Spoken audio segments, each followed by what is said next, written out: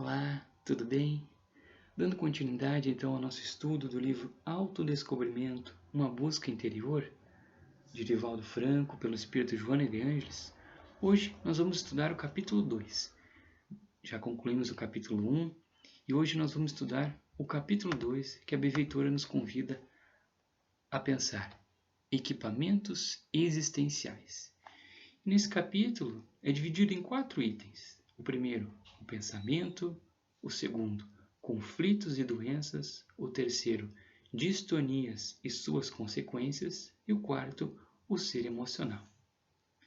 Então, nesse vídeo, nós iremos estudar o primeiro item, que se chama o pensamento.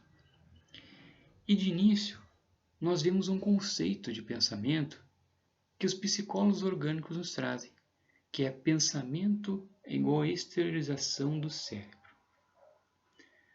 Mas a benfeitora Joana nos convida a pensarmos diferentes, compreendendo e respeitando esse conceito que a medicina, que a ciência nos traz. Ela nos diz que o pensamento não procede do cérebro, que o nosso cérebro ele tem a função orgânica de registrar esses pensamentos, de transformar esse pensamento em palavras, até mesmo de nos auxiliar a externar esse pensamento de diversas formas, como na arte, na música, em diversas apresentações. Então, se o pensamento não vem do cérebro, ele vem de onde? Do nosso espírito.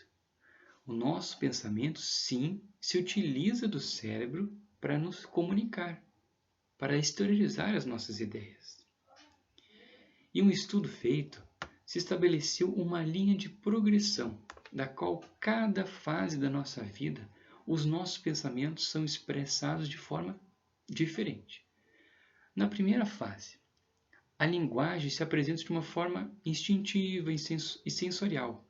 Vamos pegar um exemplo de um bebê, onde não tem comunicação intelectual, de forma assim verbal, e sim de impulsos imediatos, assim, de acordo com as necessidades do bebê. Quando imaginamos a criança, fica mais fácil de nós visualizar essa primeira fase, onde vemos os pensamentos do nosso espírito sendo exteriorizados de forma imediata, para a sua sobrevivência, como comer, dormir. Depois vem a fase pré-mágico, ou seja, onde o pensamento é rico de imaginação e mitos. E são frutos, acaba sendo, das heranças anteriores, de nossos pais, avós, da sociedade em geral.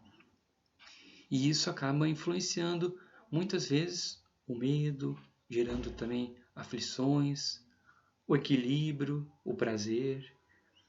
Em seguida, a fase abre o campo do pensamento para criar interpretações, de acordo com as nossas vivências adquiridas anteriormente.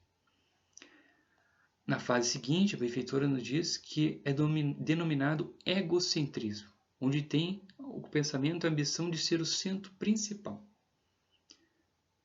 Na última fase, o pensamento se torna intuitivo, não necessitando de parâmetros racionais. Então, esse estudo feito pela medicina terrena nos convida agora a trazer para uma visão espírita.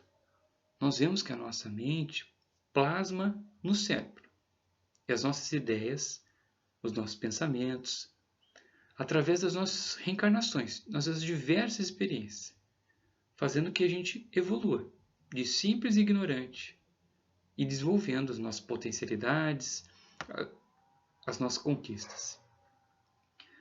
Com isso, para que cada conquista não se perca, é programada em nosso cérebro as virtudes para que elas não sejam esquecidas e com isso possam nos ajudar, ser exteriorizada de forma a auxiliar a alavancar a nossa evolução. Com isso, então, meus amigos, nós entendemos que nós precisamos do cérebro, sim, para exteriorizar o nosso pensamento, para ajudar nas nossas conquistas. Assim como a semente, para ela poder se desenvolver, precisa do solo. Para ela poder virar uma árvore, precisa do solo. Para ela poder desenvolver, precisa do solo. Então, nós precisamos ainda do nosso pensamento para exteriorizar as nossas ideias e as nossas conquistas já adquiridas. Mas, na medida que nós vamos evoluindo, a nossa transmissão de pensamento não necessita mais de cérebro, fazendo que a nossa transmissão seja por telepatia, sem necessidade de verbalizar com sons e gestos, o que ocorre já em mundos superiores. E para finalizarmos, meus amigos, o que podemos aprender com isso?